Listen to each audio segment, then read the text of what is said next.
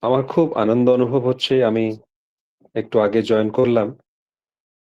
এই যে নাম ধ্যান চলছিল, এটা এটা দেখে খুব একটা মনে আনন্দ হলো। আম কিছুদিন আগে দিদি আমাকে চেষ্টা করছিলেন কনট্যাক্ট করতে। কিন্তু আমি আমার মার অসুস্থতার জন্যে এই সৎসঙ্গে যোগ দেওয়ার সুযোগ হতে পারিনি। আজকে যখন কথা হলো উনি বললেন যে, "আপনি আমাকে আগে কেন বললেন না? আমরা এই যে নাম ধ্যান করি সব দিন, আপনার মার জন্যেও আমরা ঠাকুরের কাছে নাম ধ্যান করতে পারতাম। আরেকটু আগে বলে থাকলে।" আমার মনে হলো একটা আফসোস থেকে গেল যে আমি আ ওনাকে বলতে পারিনি। ঠাকুরের দয়াতে মা এখন ভালো আছেন। আর আপনাদের এই যে ভালোবাসা, ঠাকুরের আশীর্বাদ, ওইটাতে মা এখন অনেকটা সুস্থ আছেন। এই যে নাম আমরা করি, এই নাম করলে কি সত্যিকারে আম রোগ ব্যাধি দূর হয়? একজন দাদা শ্রী, শ্রী ঠাকুরকে বললেন, "ওষুধপত্র না খেয়ে নাম ধ্যান করলেই তো অসুখ সরে যায়। তবে ওষুধ খাওয়া যায় কেন? আর সত্যিকারে কি নাম ধ্যান করলে এরকম হয়? সত্যিকারে কি ব্যাধি দূর হয়ে যায়?" শ্রী, শ্রী ঠাকুর বলছেন, এই নামটা হচ্ছে জীবনী শক্তি। এই নামটা যখন আমরা করি, আমাদের ভিতরে জীবনী শক্তিটা বেড়ে যায়। জীবন শক্তি যখন বেড়ে যায়, তখন একটা কিউরেটিভ ফোর্স আমাদের ভিতরে সৃষ্টি হয়, যা রোগ কিওর করতে পারে। ব্যাধি থেকে আমাদেরকে ভালো করে দিতে পারে।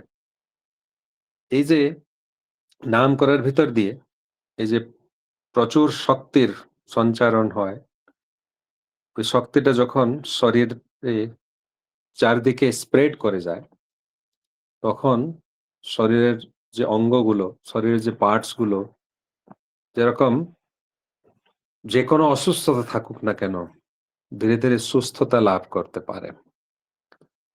ঠাকুর বলছেন, এই যে আর্জ, যে আর্জ থেকে বা যে আকুতি থেকে বিশ্ব ব্রহ্মাণ্ডের সৃষ্টি, ওই আকুতি নিয়ে ইষ্টের সঙ্গে, পরমপিতার সঙ্গে যুক্ত হওয়ার আকুতি নিয়ে, অনুরাগ নিয়ে যদি আমরা নাম করি, তাহলে ঐরকম শক্তির সঞ্চারণ হয়।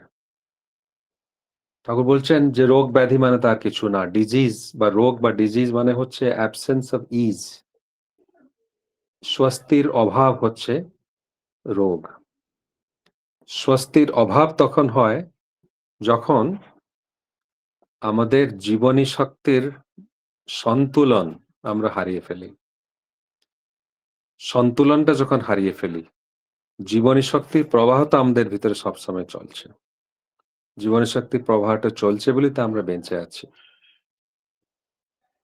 যেরকম একটা ইলেকট্রিক তার ভিতরে কারেন্ট পাস হচ্ছে, ওইভাবে আমাদের ভিতরে এই জীবনী শক্তির প্রবাহ নিত্য নিয়মিত চলতে থাকে। এই জীবনী শক্তি যখন ব্যালেন্স হারায়, তখন রোগ ব্যাধি আমাদেরকে গ্রাস করে। তো এই জীবনী শক্তির ব্যালেন্সটাকে আবার যদি ফিরিয়ে আনতে হয়, তাহলে যদি অনুরাগ নিয়ে, ওই আকুতি নিয়ে, গুরুর সাথে বা ইষ্টের সাথে মিলন হওয়ার যে আকুতি, ওই আকুতি নিয়ে যখন আমরা নাম ধ্যান করি, তখন ওই শক্তির সঞ্চারণ আবার আমাদের ভিতরে হয়। ঠাকুর এটাকে বলছেন ভাইটাল পাওয়ার। এই ভাইটাল পাওয়ার বেড়ে যায় আমাদের শরীর ভিতরে।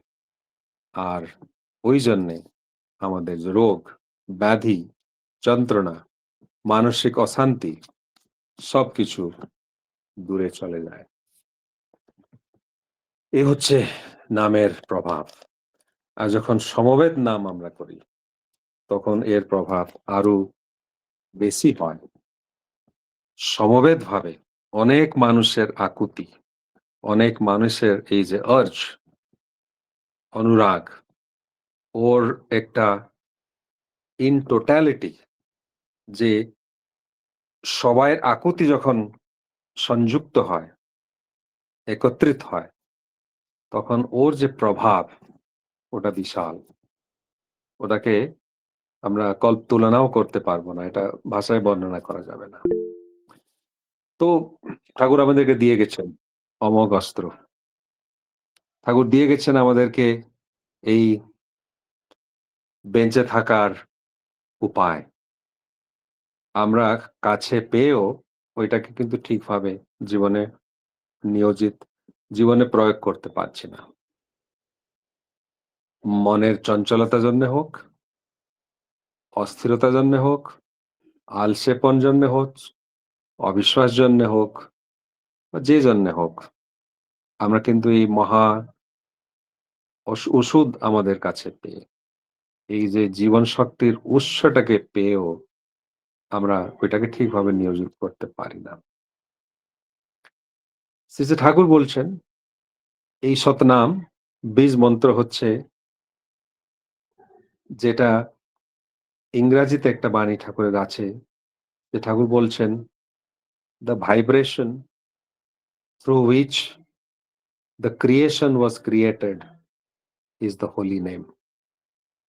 হোলি নেম বা বীজ মন্ত্র হচ্ছে সেই স্পন্দন, যে স্পন্দন থেকে এই বিশ্ব ব্রহ্মাণ্ডের সৃষ্টি হয়েছে।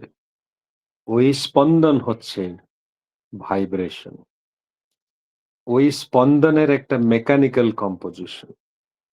যে ৪ টে লেটার বা অ্যালফাবেট নিয়ে সৎ মন্ত্র, ওই ৪ টা অ্যালফাবেট বা লেটার আমরা যখন উচ্চারণ করি, তখন একত্রিতভাবে যখন উচ্চারণ করি, এই ৪ টে লেটার যে কম্বাইন্ড যে ভাইব্রেশন, যে ভাইব্রেশন বা যে স্পন্দনটা সৃষ্টি হয়, ওই স্পন্দন হচ্ছে সেই স্পন্দন, যে স্পন্দন থেকে বিশ্ব ব্রহ্মাণ্ডের সৃষ্টি হয়েছিল। তাই জন্য শ্রী ঠাকুর বলছেন, এই বীজ মন্ত্র হচ্ছে পরম পুরুষের, কারণ পুরুষের স্পন্দনাত্মক প্রতিছবি।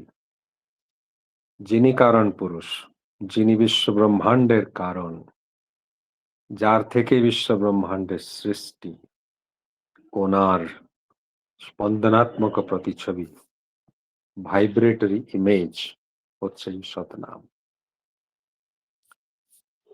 সেদিন শরৎচন্দ্র হালদারকে শ্রী শ্রী ঠাকুর বলছেন যে আমরা সবাই এই সৎমন্ত্র থেকেই সৃষ্টি হয়েছি। এই সৎমন্ত্র থেকেই আমরা সৃষ্টি হয়েছি, এই বীজ মন্ত্র থেকে। কারণ এই বীজ মন্ত্র হচ্ছে সৃষ্টির কারণ, কজেটিভ ফ্যাক্টর। এই যে স্পন্দন, এই স্পন্দন থেকেই সৃষ্টি, সৃষ্টির আরম্ভ। স্পন্দন থেকে যে ভাইব্রেশন গুলো চারদিকে স্প্রেড করে যায়, ওই স্পন্দন ভিতরে যে সংঘাত, ওই সংঘাত থেকে যে আরো নতুন স্পন্দনের সৃষ্টি, এইভাবে সৃষ্টি বহুগুণিত হয়, এগিয়ে চলেছে। আমরা এই বিশাল সৃষ্টির এই যে বিবর্তনের ধারা, এই বিবর্তনের ধারায় আমরা অনেক লম্বা একটা যাত্রা অতিবাহিত করে এইখানে, এই যুগে, এই সময়ে আমাদের অবস্থিতি নিয়ে, অস্তিত্ব নিয়ে আমরা থাকি। শ্রী ঠাকুর বলছেন, এই যা আমরা দেখছি সবকিছু স্থূল জগৎ। স্থূল জগতে আমরা সবকিছু দেখতে পারি, স্পর্শ করতে পারি, ফিল করতে পারি, স্মেল করতে পারি, দেখতে পারি, টাচ করতে,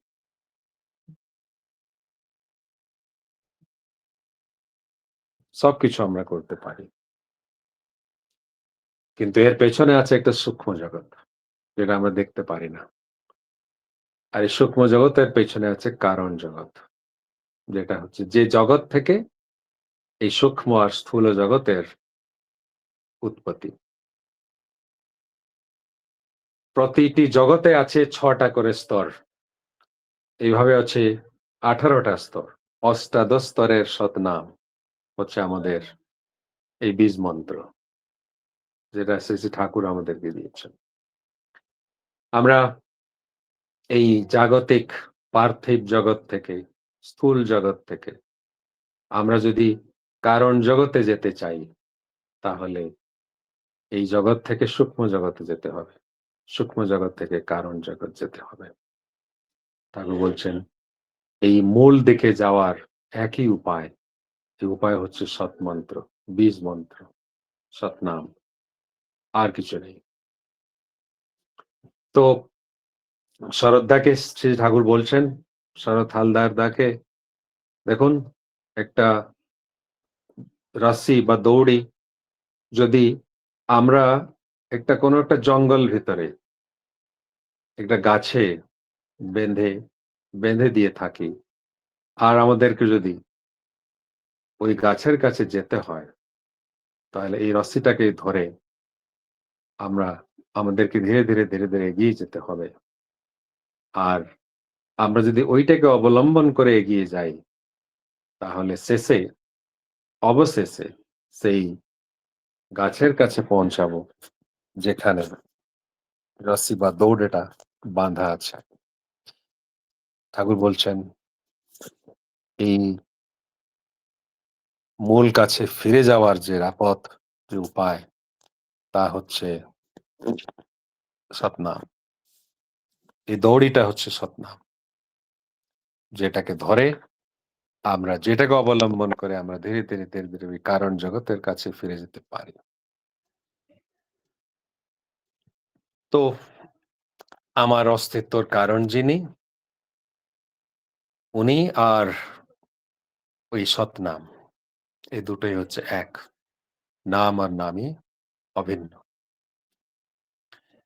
অশ্বিনী কুমার বিশ্বাস সেদিন শ্রী ঠাকুরকে জিজ্ঞেস করলেন যে, ঠাকুর, বীজ মন্ত্র যদি বিশ্ব ব্রহ্মাণ্ডের প্রথম সৃষ্টি হয়, প্রথম শব্দ যদি বীজ মন্ত্র হয়, তাহলে এই বীজ মন্ত্রের পেছনে কি আছে?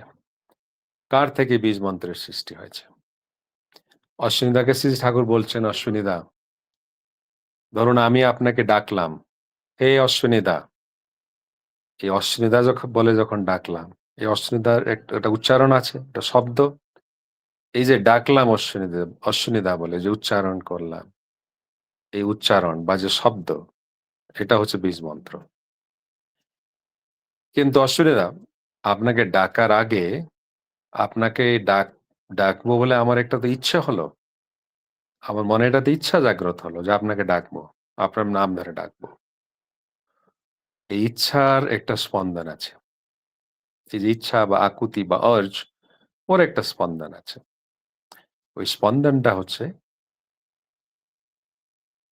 সৎমন্ত্র বা এই স্পন্দনটাই হচ্ছে হোলি নেম।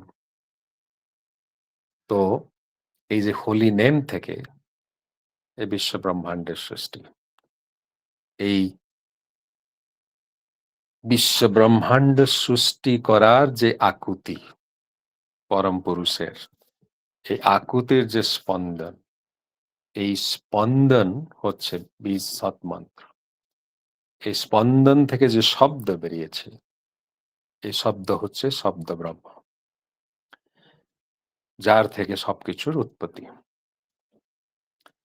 তো এই কারণটাকে আমরা যদি ধরতে পারি, তাহলে আমরা সুখ, শান্তি, আনন্দ, সুস্থ, ভালোভাবে থাকার যে কারণটাই বুঝতে পারবো।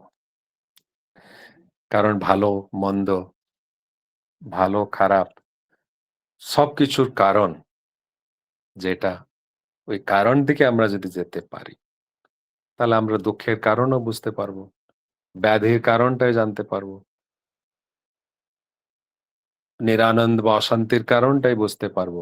তা যদি করতে পারি, তাহলে আমরা কারণের নিরাকরণও করতে পারবো।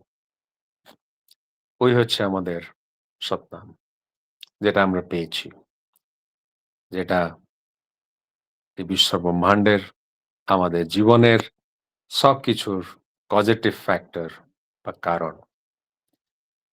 এইটাকে যদি আমরা আয়ত্ত করে নিতে পারি, তাহলে জীবনে আর চিন্তা করার কোনো কারণ নেই।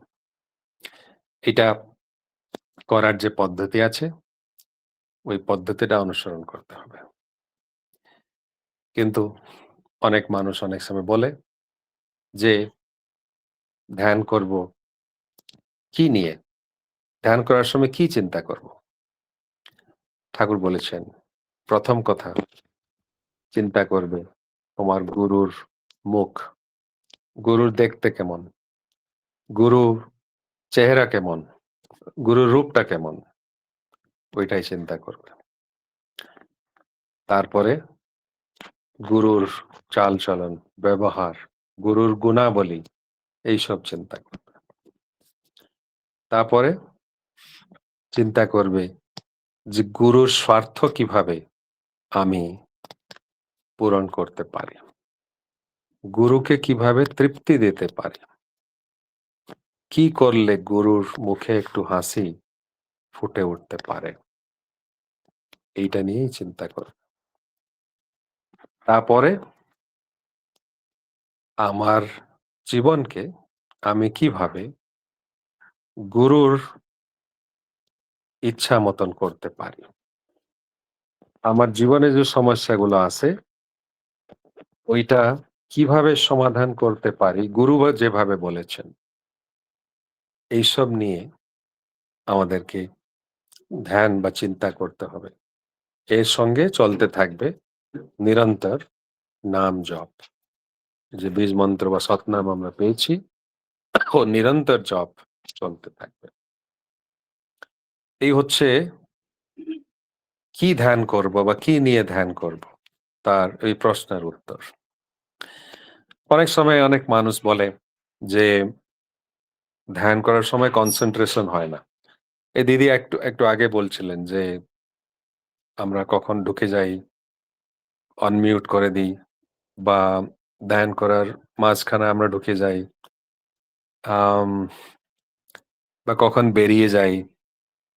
আমরা একটা জায়গায় একসময় মনটাকে স্থির করে রাখতে পারি না।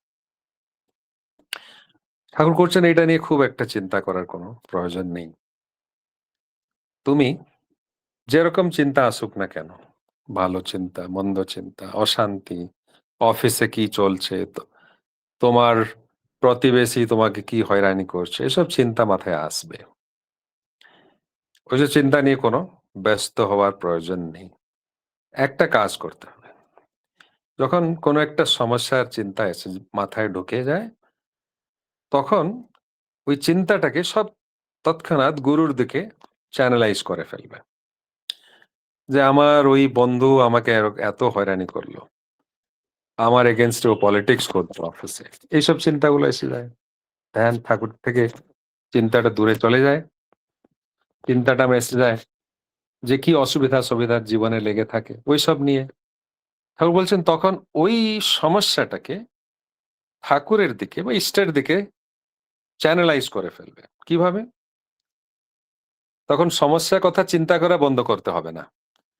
তখন চিন্তা করতে হবে এই যে সমস্যাটা আমার অনেক অসুবিধে করছে, এইটা ঠাকুর যদি এই সমস্যা ঠাকুরের জীবনে যদি এসে থাকতো, ঠাকুর কিভাবে এটার সমাধান করতেন? বা ঠাকুরের যে দর্শন বা ঠাকুরের যে আইডিওলজি, ওইটা ফলো করে এই সমস্যাটা আমি কিভাবে সমাধান করতে পারি? ঠাকুর বলছেন, "যার উপরে ক্রুদ্ধ হয়েছ, তুমি ওর বাড়িতে ডালা পাঠাও। ও বাড়িতে যাও, ওর সঙ্গে কথা বলো।" আমি যে বন্ধুর কথা ভাবছিলাম যে আমাকে আমার অসুবিধা করছে, পলিটিক্স করছে, এসব কিছু করছে, তখন ওই সমস্যাটা নিয়ে ভাবছি যে ঠাকুর কি বলেছেন? এইরকম সমস্যাটা কিভাবে সমাধান করতে হয়? ঠাকুর বলেছেন ওর কাছে যেতে হবে। হৃদয় খুলে আলাপ করতে হবে। ওর কথা বুঝতে হবে। ওইটা ফলো করতে কিভাবে করব? তখন চিন্তা করব না, কালকেই আমি ওর বাড়িতে যাব। কিছু মিষ্টির প্যাকেট একটা নিয়ে যাব।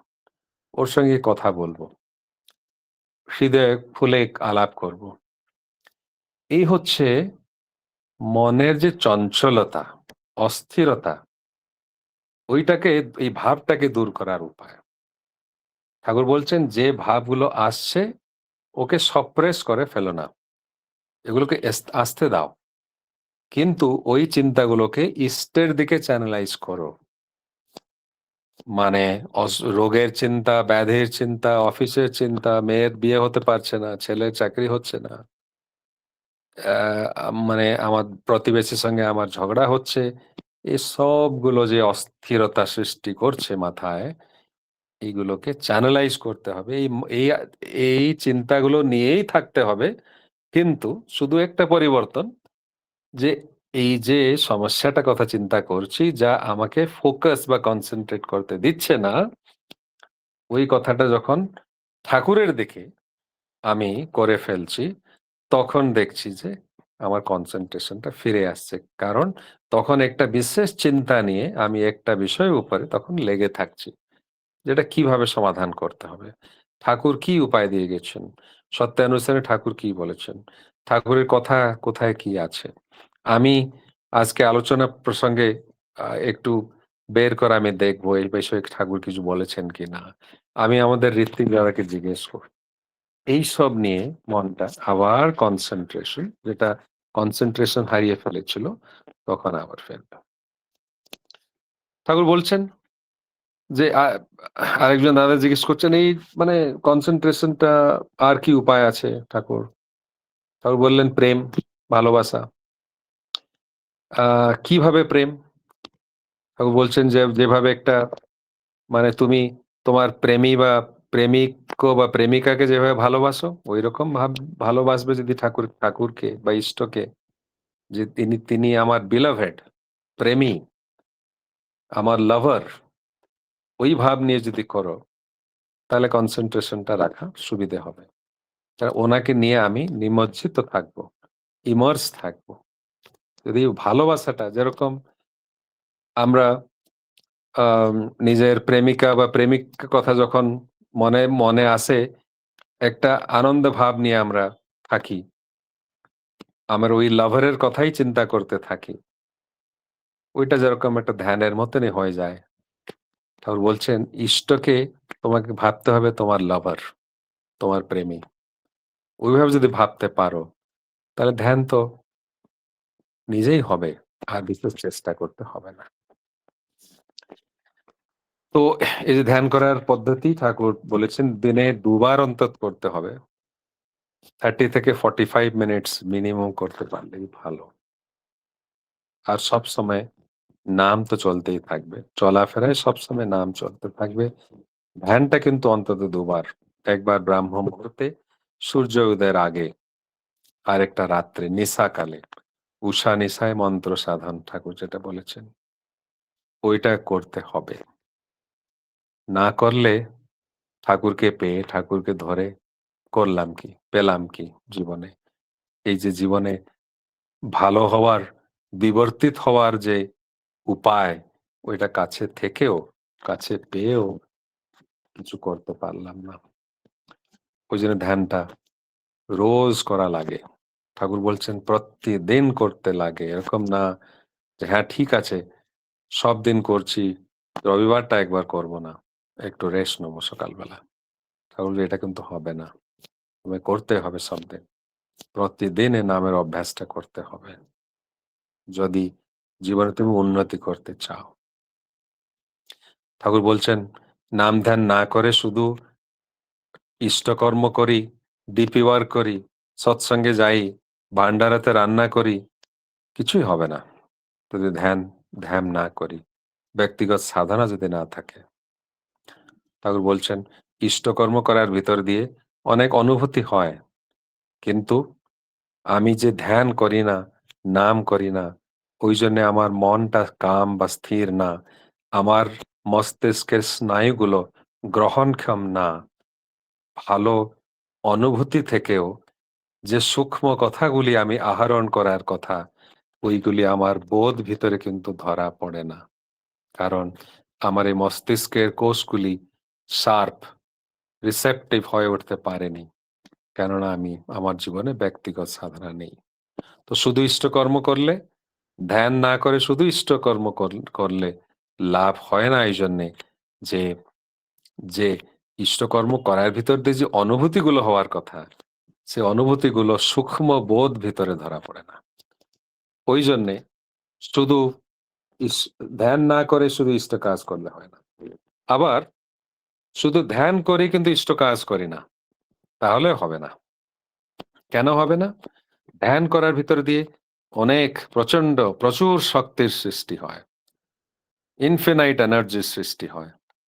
এই এনার্জি গুলো আমার শরীরের ভিতরে যখন সৃষ্টি হয়, এই শক্তি বা এনার্জিকে যদি আমি প্রয়োগ না করি বাস্তব কর্ম ভিতর দিয়ে, তাহলে এনার্জি গুলো হবে কি?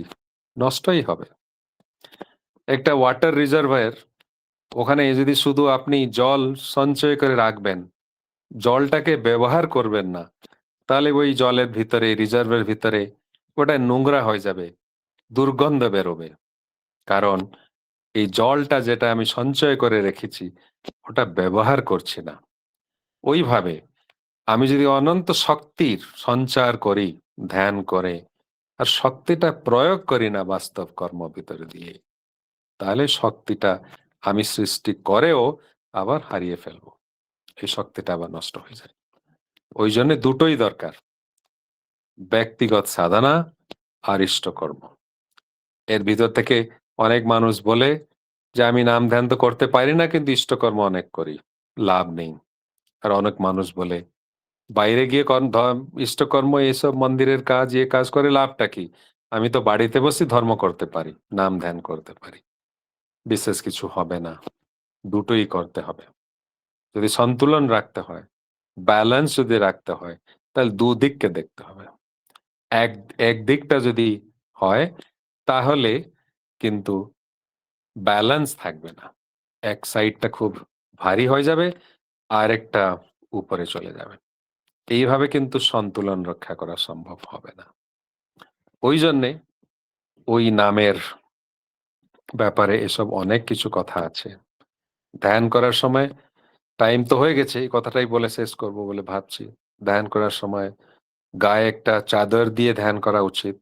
কারণ যে শক্তির সৃষ্টি আমরা ধ্যান করার ভিতর দিয়ে আমাদের হয়, ওই শক্তিটা আবার ডিসভার্স হয়ে যায়। ওইটা যদি আমরা একটু চাদর দিয়ে শরীরকে না কভার না করি, তাহলে যে রেডিয়েশন গুলো হয় শরীর থেকে, এগুলো ডিসিপেট হয়ে যায়। আবার মানে যে বায়ুমণ্ডলে, অ্যাটমসফিয়ারে এটা গিয়ে মিশে যায়, আর আমরা আবার ওই এনার্জিটাকে হারিয়ে ফেলি। ওই জন্য বলা আছে, ঠাকুরের কথা আছে যে একটা চাদর দিয়ে ধ্যান করাটা ভালো। যে টাইম দিয়েছিলেন দিদি, ওই টাইমটা হয়ে গেছে। আমরা তো সব ডিসিপ্লিন ঠাকুরকে নিয়ে ডিসাইপল হয়েছি, যখন ডিসিপ্লিন তো আমাদের জীবনে চাই। শৃঙ্খলাবদ্ধভাবে যথাসময়ে শেষ করতে হবে। আপনাদের সবাইয়ের সপরিবার মঙ্গল কামনা করে পরমপিতার আতুল চরণে প্রার্থনা করছি। বন্দে পুরুষোত্তম। জয় গুরু। জয় গুরু দাদা, জয় গুরু। কি বলবো, যে এতদিন আমরা নাম ধ্যান অনেক ইষ্ট প্রসঙ্গ শুনেছি। আমার মনে হয় প্রত্যেকে একমত হবেন যে এত সুন্দরভাবে, এত সুন্দর করে উদাহরণ দিয়ে কেউ মনে হয় বোঝাননি। অপূর্ব আলোচনা করলেন যে নাম করলে রোগ ব্যাধি দূর হয় এবং নাম করলে আমাদের জীবনী শক্তি বেড়ে যায়। গভীর আকুতি নিয়ে তার সঙ্গে যুক্ত হলে আমাদের জীবনের শক্তি বেড়ে গিয়ে আমাদের রোগ ব্যাধি দূরীভূত হয়। নামের স্পন্দনে বিশ্ব ব্রহ্মাণ্ডের সৃষ্টি। নাম এবং নামই এক। বীজ মন্ত্র থেকে আমাদের সৃষ্টি। স্থূল জগতে আমরা সবকিছু দেখতে পাই, তারপর আছে সূক্ষ্ম জগৎ, কারণ জগৎ। এই স্থূল জগৎ থেকে কারণ জগতে যেতে হলে আমাদের সৎ নাম নিতে হবে। কারণকে জানতে পারলেই সবকিছু জানা যাবে। গুরুকে খুশি করাই আমাদের ধর্ম। ধ্যান কি করে করব এবং আহ তার সঙ্গে যে কাপড় মুড়ি দিয়ে করলে কি হয় তা সুন্দরভাবে বিশ্লেষণ করলেন। আমাদের বৃত্তি প্রবৃত্তিগুলোকে ইষ্ট পথে চালিত করতে হবে। ইষ্টের প্রতি ভালোবাসা চাই। নাম ধ্যান একসঙ্গে করলে আমাদের গ্রহণ ক্ষমতা বেড়ে যায়। আর ধর্ম আর কর্ম একসঙ্গে করতে হবে। দুটো একে অপরের পরিপূরক। একটা করলে আরেকটা না করলে কোনোটাই ঠিক হবে না। শুধু ধর্ম করলাম, কর্ম করলাম না, সেটাও যখন কর্মটা ঠিক হবে না, তেমন শুধু কর্ম করলাম ধর্ম করলাম না, তাতেও কর্মটাও ঠিক হবে না, ধর্মটাও ঠিক হবে না। খুব সুন্দর করে আলোচনা করলেন, আমরা প্রত্যেকে সমৃদ্ধ হলাম দাদা। খুব ভালো থাকুন। আমার মনে হয় প্রত্যেকে যদি সবাই চাইবো যে দাদা আপনি যদি প্রতি সপ্তাহে একটা দিন করে, না হলে 15 দিনে একদিন করে যদি আসেন, এরকম আলোচনা করেন, তাহলে আমরা যে হারিয়ে যাচ্ছিলাম, আমি তো হারিয়ে যাচ্ছিলাম মনে হয়, তাহলে আরো প্রেরণা পাবো। নিশ্চয়ই নামধান করার অভ্যাস করতে পারি, অন্তত অভিনয় করতে করতেও যদি ফুটো কলসিতে জল ঢালতে যদি ফুটো কলসি বন্ধ হয়, সেই চেষ্টা আমরা করব সবাই। দাদা জয়গুরু, আপনি যদি বলেন 15 দিন অন্তর বা 1 সপ্তাহ অন্তর একদিন করে আসুন, কথা বলুন, আমরা অনেক সমৃদ্ধ হব। আরো একদিন ইচ্ছা থাকলো যে ঠাকুর যে ধর্মের সঙ্গে বিজ্ঞানকে মিলিয়েছেন, সেটাও জানার খুব ইচ্ছা থাকলো। জয়গুরু দাদা, ভালো থাকুন।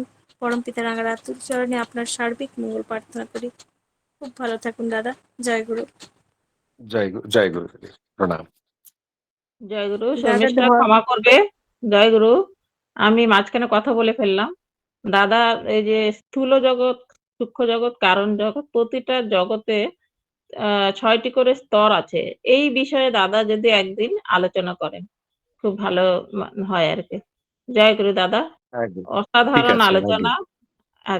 জয়গুরু দাদা, ভালো থাকবেন। জয়গুরু। একদম আপনিও জয়গুরু, থাকেন। তমিষ্ঠা জয়গুরু। আমি দাদার কাছ থেকে একটু জানতে চাইছিলাম, নিশার সময়টা যে বলছে রাতে নিশায়ও 15 ঘন্টা নাম ধ্যান করার কথা, নিশার সময় টাইমটা একটু বললে ভালো হয়। ঠাকুর বলেছেন যে মানে আমরা ব্রাহ্ম মুহূর্ত, আর নিশাটা হচ্ছে সন্ধ্যার পরের যে সময়টা, আপনার রাত্রের সময়। সাধারণত আপনি 9টা থেকে 12টার ভিতরে যে সময় আমরা মানে আমরা ঘুমাই, তার আগে যদি আমরা ধ্যান করতে পারি, তো বেসিক্যালি কথা হচ্ছে সকালে উঠে প্রথমে ধ্যান, আর রাত্রে শোয়ার আগে ধ্যান করে শোয়া।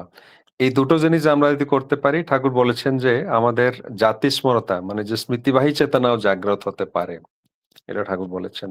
তো নিশাকালটা হচ্ছে ওই সন্ধ্যার পরবর্তী কাল, যেটা যেখানে রাত্রি শুরু হয়, ওই সময়টা ধরুন 9টা থেকে 12টার ভিতরে যদি আমরা ধ্যান করতে পারি, তাহলে খুব ভালো হয়। আগে জয়গুরু দাদা, জয়। আগে জয়গুরু। জয় গুরু। জয়গুরু দাদা, আর মাথায় রাখবেন যে সপ্তাহে একটা দিন করে যদি আসেন, আর আমার লক্ষ্মীমা যে প্রশ্নটা করলো, ওই প্রশ্নের যদি উত্তরটা দেন, কারণ এই 18টা স্তর আছে সবাই শুনি, মানে আমিও তো শুনছি যে 18টা স্তর আছে, কিন্তু কি স্তর কোথায় থাকে, কোথায় বাস করে, আমি এখনো বুঝতে পারলাম না। তাই আমারও খুব জানার ইচ্ছা থাকলো দাদা। জয়গুরু। আগে ঠিক আছে, দিদি আমি আরেকবার ওইটা উপরে আলোচনা করব। আর আপনি যেটা বললেন ধর্ম আর বিজ্ঞান, ওইটা একটা বিষয় আমরা একবার রাখবো। একদম একদম, এক আপনি তো এগুলো সপ্তাহে আপনি একবার না হলেও আলোচনা 15 করেছেন। দিনে বা মাসে এক- আমি একদম চেষ্টা করব। একদম একদম। আর যেদিন আপনি আসবেন সেদিন শুধু আপনার আলোচনায় থাকবেন না, সঙ্গীত রাখবো না, শুধু আপনার আলোচনায় হবে এবং প্রশ্ন উত্তর হবে, যাদের যা প্রশ্ন থাকে। জয় গুরু দাদা। জয় গুরু। জয় গুরু। জয় গুরু।